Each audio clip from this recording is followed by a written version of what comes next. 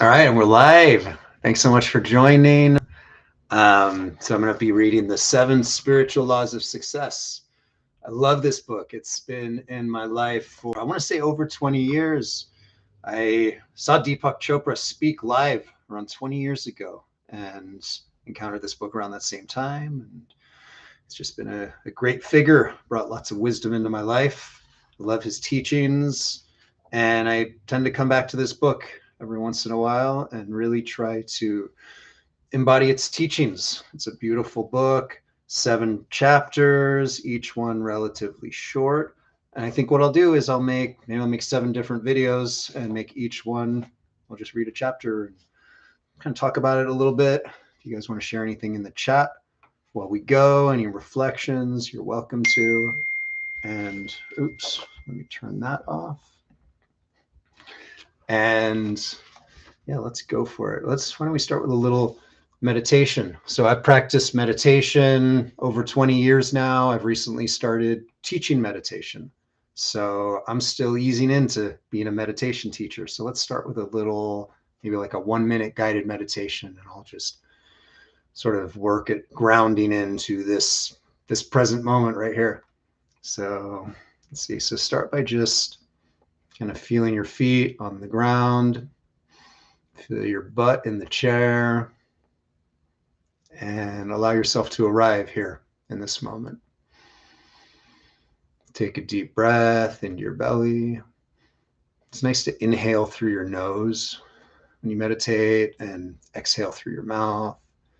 Another important point is to extend your exhales. When you extend your exhales, it sends a signal to your nervous system to relax. So if you're ever feeling stressed out, unable to escape worry or anxiety, often probably the easiest way to help your body calm itself is to extend your exhales. So let's just practice that now with an inhale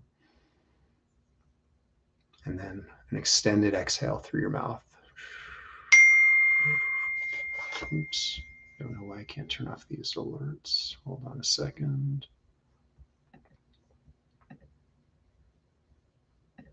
There we go. Sorry about that. So one more inhale. And this time, allow yourself to feel your jaw relax. A lot of us hold a lot of tension in our jaws. I know I do. So try and tune into that and see if you can kind of let your jaw relax. Feel any tension in your forehead. Let that relax. And for those of you just joining, I'm just about to read from the first chapter of the 7 Spiritual Laws of Success, and just starting with a really short guided meditation just to help us kind of drop into this moment, tune in, arrive here, because all success happens in this moment. Often we get caught up in believing there's some future moment where we're going to find the success we seek. It's all here. So let out a sigh. Feels good to sigh sometimes. Just let it out. Let it go. So this book starts with a quote from the Upanishads, which I believe are an ancient Hindu text from India. You are what your deep driving desire is. As your desire is, so is your will. As your will is, so is your deed. As your deed is, so is your destiny. So, table of contents. And I'm going to start with chapter 1, which is the Law of Pure Potentiality. And I mentioned in the beginning, I think what I'll do is I'll create a separate video and I'll do a chapter. I'll do a video on each chapter. Keep it relatively short so you guys can kind of get back to your day and enjoy whatever you're working on with a deeper sense of presence and awe. I'll skip the acknowledgements. There's let's see how long the introduction is. The introduction is a couple pages, so I'll just read the introduction here. He says, although this book is titled The 7 Spiritual Laws of Success, it could also be called The 7 Spiritual Laws of Life, because these are the same principles that nature uses to create everything in material existence. everything we can see, hear, smell, taste, or touch. In my book, Creating Affluence, Wealth Consciousness in the Field of All Possibilities, I have outlined the steps to wealth consciousness based on a true understanding of the workings of nature. The 7 spiritual laws of success form the essence of this teaching. When this knowledge is incorporated in your consciousness, it will give you the ability to create unlimited wealth with effortless ease and to experience success in every endeavor. I love this book because it's all about just coming back to a state of harmony, being one with nature. The flower doesn't struggle to grow. Either should you.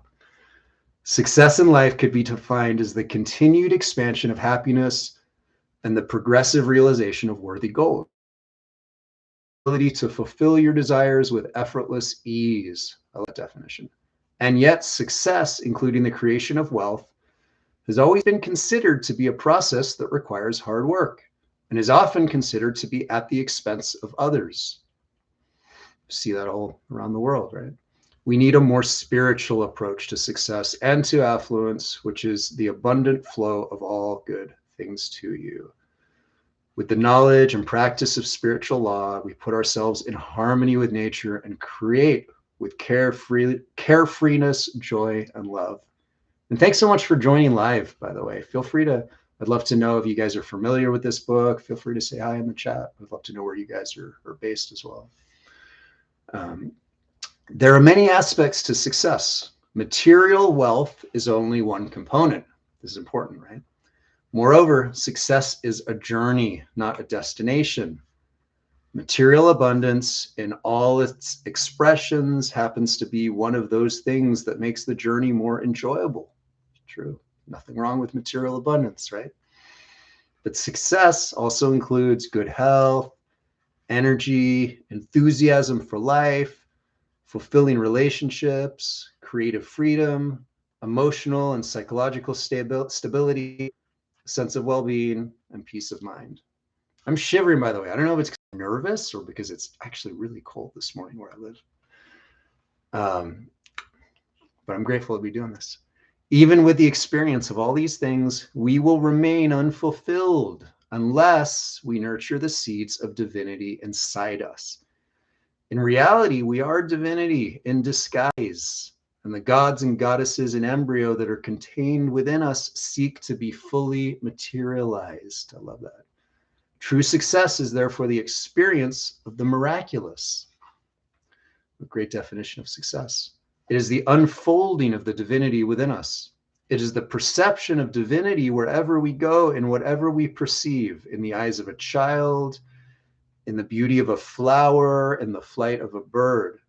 When we begin to experience our life as the miraculous expression of divinity, not occasionally, but all the time, then we will know the true meaning of success. I love that. Before defining the 7 spiritual laws, let us understand the concept of law. Law is the process by which the unmanifest becomes the manifest. It's the process by which the observer becomes the observed. It's the process by which the seer becomes the scenery. It's the process through which the dreamer manifests the dream.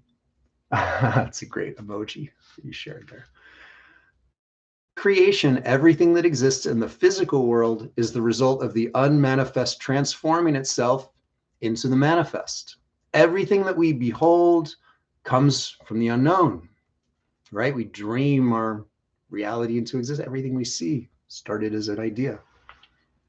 Our physical body, the physical universe, anything and everything that we can perceive through our senses is the transformation of the unmanifest, unknown, and invisible into the manifest, known, and visible.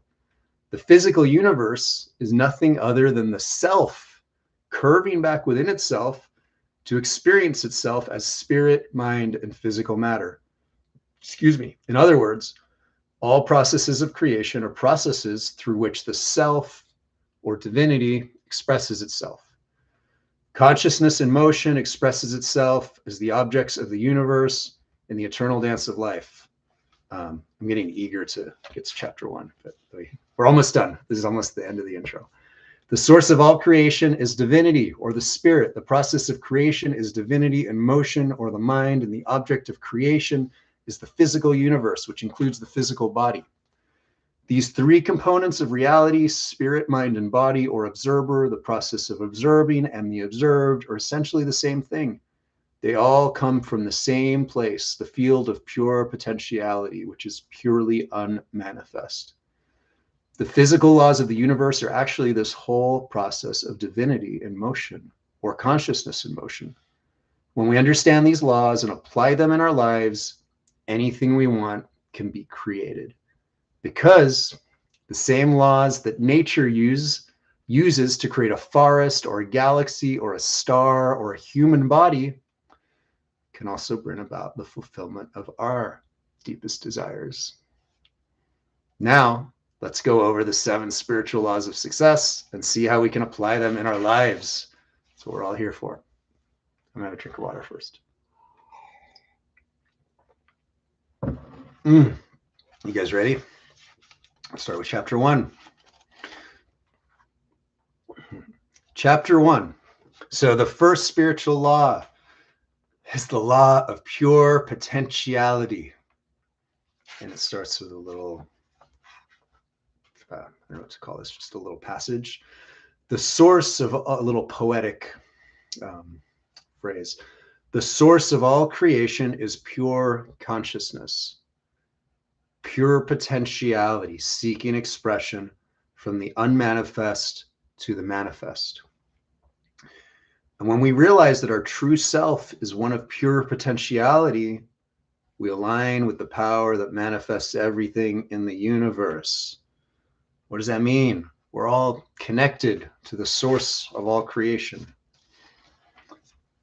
And here's another quote from, I believe this is another ancient Indian text, the Rig Veda. In the beginning, there was neither existence nor non-existence. All this world was unmanifest energy. The one breathed without breath by its own power. Nothing else was there. Hymn of Creation, the Rig Veda. Okay, here we go. Beginning of chapter 1. The first spiritual law of success is the law of pure potentiality. This law is based on the fact that we are, in our essential state, pure consciousness. Pure consciousness is pure potentiality. It is the field of all possibilities and infinite creativity. Pure consciousness is our spiritual essence. Being infinite and unbounded, it is also pure joy. Other attributes of consciousness are pure knowledge, infinite silence, perfect balance, invincibility, simplicity, and bliss. This is our essential nature.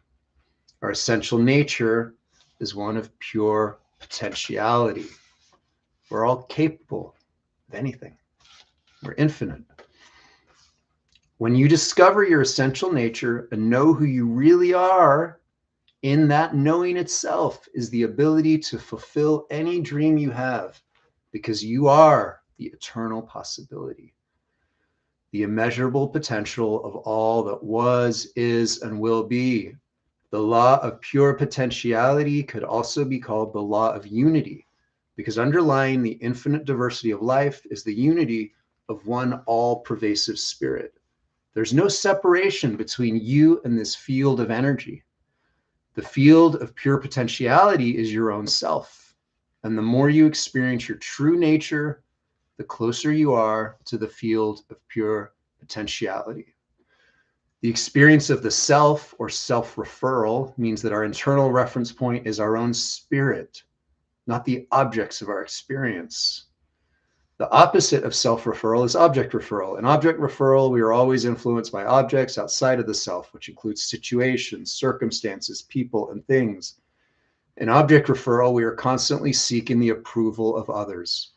Our thinking and our behavior are always in anticipation of a response, is therefore fear-based. So object referral is kind of like identifying with me as this person. Self-referral is about identifying with ourself as spirit. Object referral, we also feel an intense need to control things. I get this.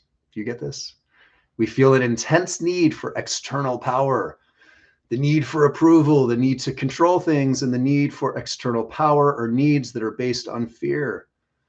This kind of power is not the power of pure potentiality or the power of self or real power. When we experience the power of the self, there is an absence of fear. That's nice. There is no compulsion to control and no struggle for approval or external power. In object referral, your internal reference point is your ego. The ego, however, is not who you really are. The ego is your self-image. It is your social mask. It is the role you are playing. Your social mask thrives on approval. It wants to control, and it is sustained by power because it lives in fear. Your true self, which is your spirit, your soul, is completely free of those things. It is immune to criticism. It is unfearful of any challenge, and it feels beneath no one. And yet, it is also humble and feels superior to no one. It's important because it recognizes that everyone else is the same self, the same spirit, or everyone else is the same self, the same spirit in different disguises. Easy to forget. That's the essential difference between object referral and self-referral. In self-referral, you experience your true being, which is unfearful of any challenge, has respect for all people, and feels beneath no one. Self-power is therefore true power. Power based on object referral, however, is false power. Being ego-based power, it lasts only as long as the object of reference is there. If you have a certain title, if you're the president of the country, or the chairman of a corporation, or if you have a lot of money, the power you enjoy goes with the title, with the job, with the money. Ego-based power will only last as long as those things last. As soon as the title, the job, the money go away, so does the power. Self-power, on the other hand, is permanent. I feel like this is very relevant right now, important to remember, because self-power is based on the knowledge of the self. And there are certain characteristics of self-power. It draws people to you. And it also draws things that you want to you. It magnetizes people, situations, and circumstances to support your desires. This is also called support from the laws of nature. It is the support of divinity. It is the support that comes from being in the state of grace. Your power is such that you enjoy a bond with people, and people enjoy a bond with you. Your power is that of bonding, a bonding that comes from true love. How can we apply the law of pure potentiality, the field of all possibilities, to our lives? If you want to enjoy the benefits of the field of pure potentiality, if you want to make full use of the creativity which is inherent in pure consciousness, then you have to have access to it. One way to access this field is through the daily practice of silence, meditation, and non-judgment. Spending time in nature will also give you access to the qualities inherent in the field: infinite creativity, freedom, bliss. I honor you guys for being here, watching this, whether you're joining me live or you're on the recording, because these are the secrets of success. Everyone's out there chasing and pushing and chasing external things. But if you find success within, you'll find it without. Practicing silence means making a commitment to take a certain amount of time to simply be. Experiencing silence means periodically withdrawing from the activity of speech. It also means periodically withholding from such activities as watching television, listening to the radio, or reading a book. It doesn't mention social media, but maybe that's... When was this published, actually? This was first published in 1993. Oh, sorry, 1994.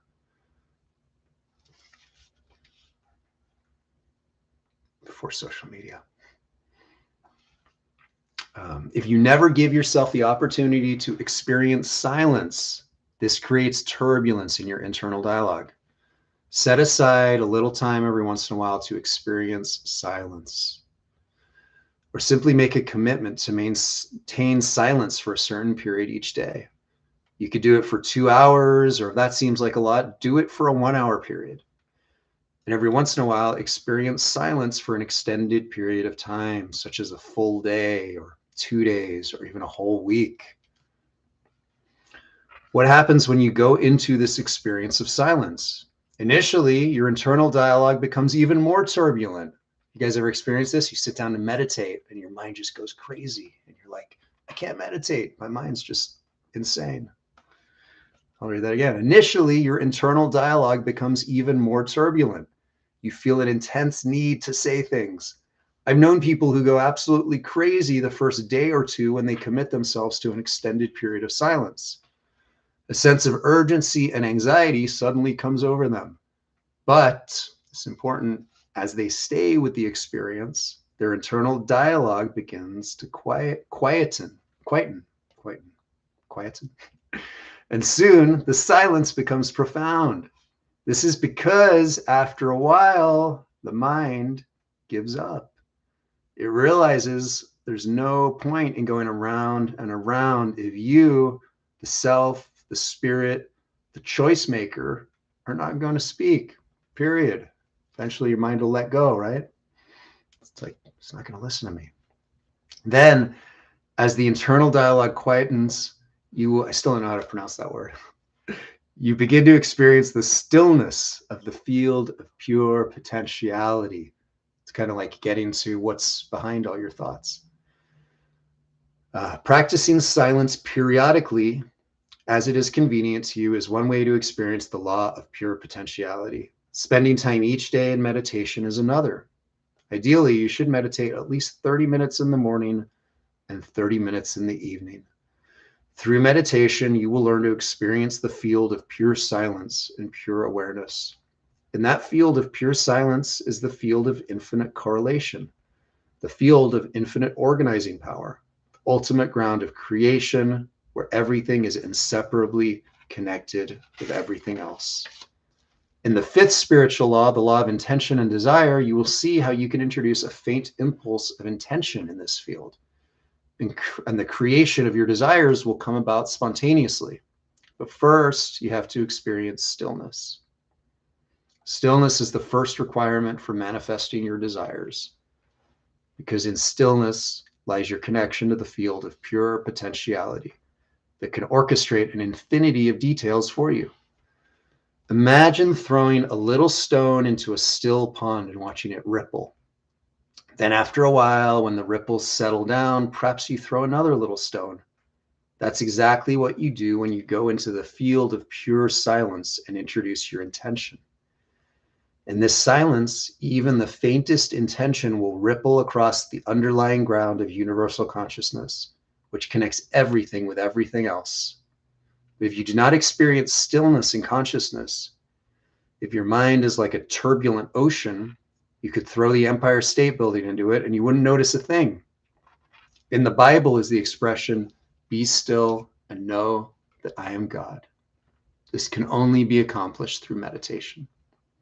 Another way to access the field of pure potentiality is through the practice of non-judgment. Judgment is the constant evaluation of things as right or wrong, good or bad.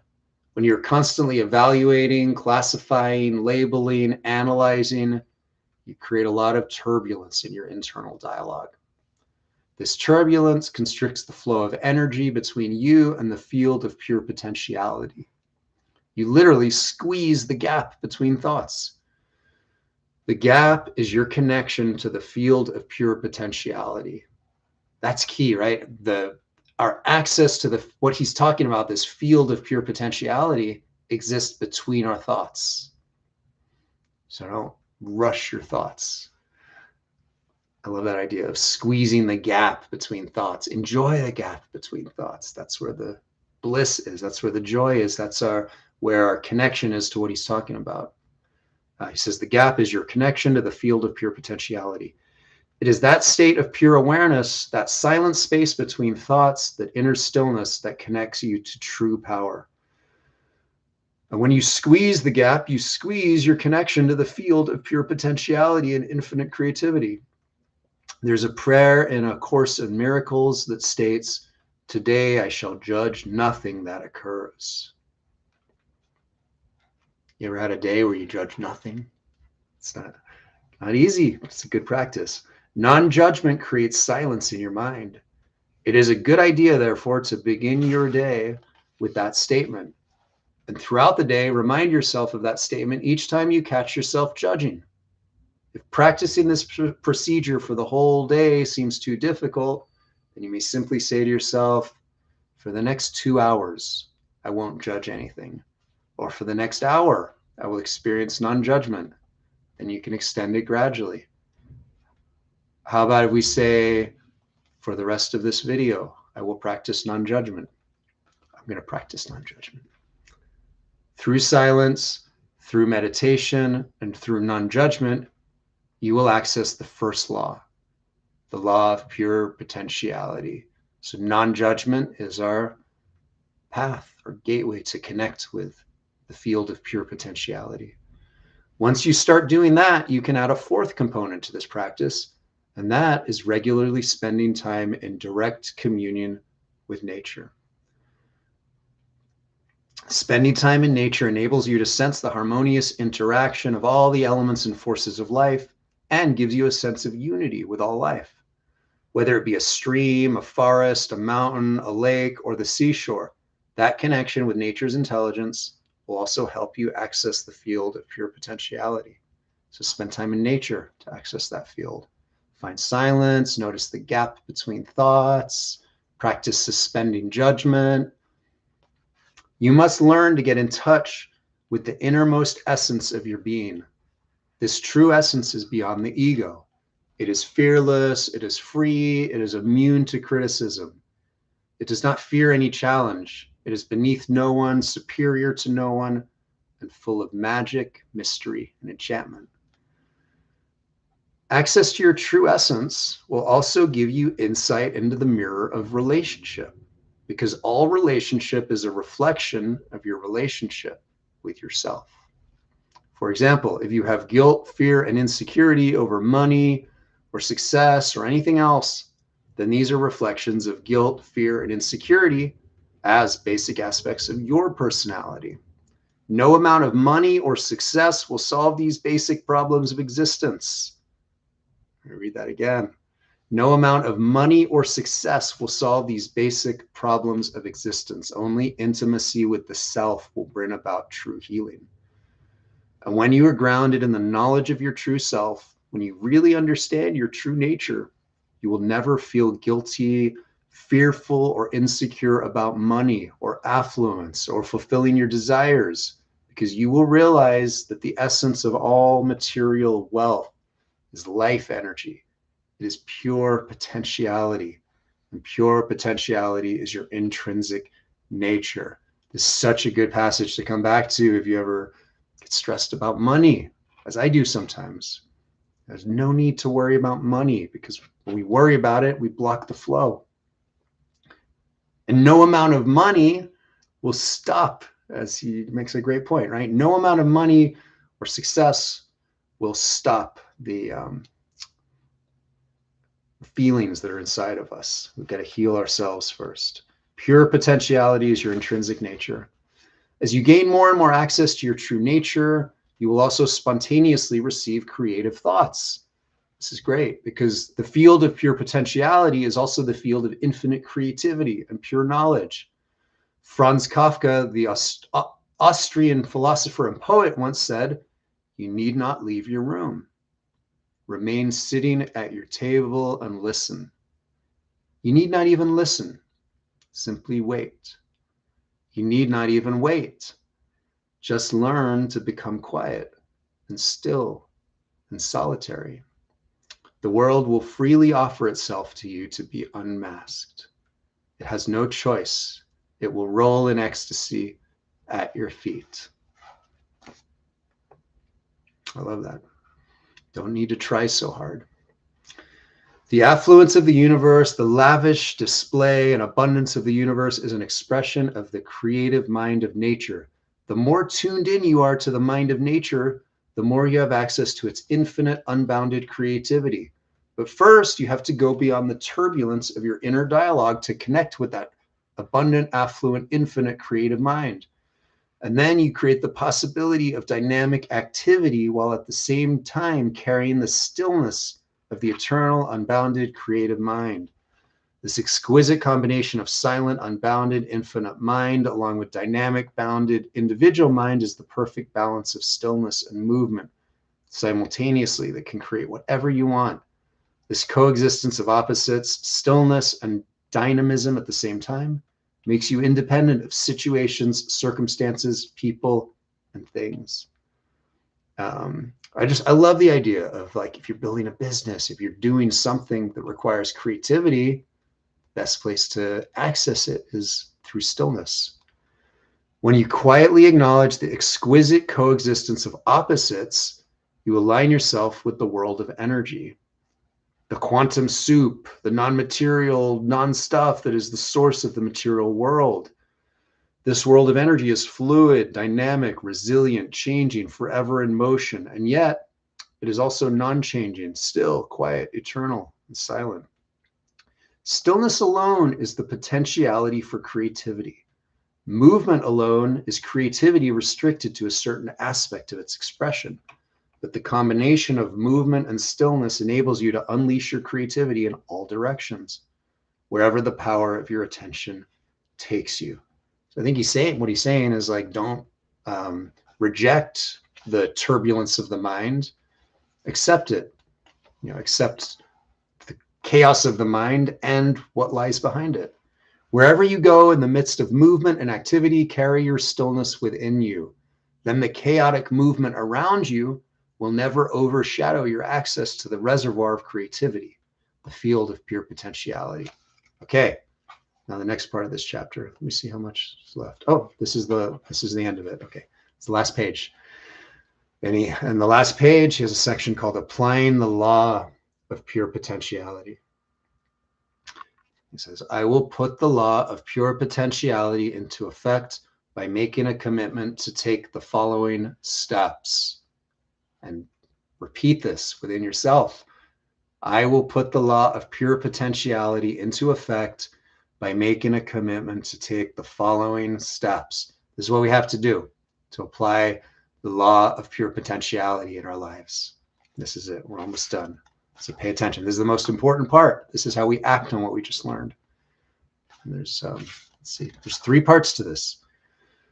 Number 1, I will get in touch with the field of pure potentiality by taking time each day to be silent, to just be. I will also sit alone in silent meditation at least twice a day for approximately 30 minutes in the morning and 30 minutes in the evening. I wouldn't be so prescriptive about that. I would say, do what works for you. But I do like the idea of sitting for at least 30 minutes in the morning and evening, but let's say do what works for you. 2, I will take time each day to commune with nature and to silently witness the intelligence within every living thing. I will sit silently and watch a sunset, or listen to the sound of the ocean or a stream, or simply smell the scent of a flower. In the ecstasy of my own silence and by communing with nature, I will enjoy the life throb of ages, the field of pure potentiality and unbounded creativity. 3, I will practice non-judgment. I will begin my day with the statement, today I shall judge nothing that occurs. And throughout the day, I will remind myself not to judge. That's it. That is chapter 1 of the 7 spiritual laws of success. We just learned about the law of pure potentiality. Anilai, I'm not sure how to pronounce your name, but I love that name. So grateful I tripped over your thread the moment this was starting. Needed this. Thank you so much. Have a beautiful day. Thank you so much for joining. This is great. Such a good reminder that if we want success and we pause for 30 minutes to just take in a beautiful teaching like this, it will set us up to achieve what we want with much less effort. So thanks for joining. I'm going to continue this because this was fun, and I will do a chapter in each video. So thanks for joining. And chapter 2, the next one, is the law of giving. So hope to see you there too. And thanks for joining. And if you're watching on the recording, thanks for watching this too. And have a great day.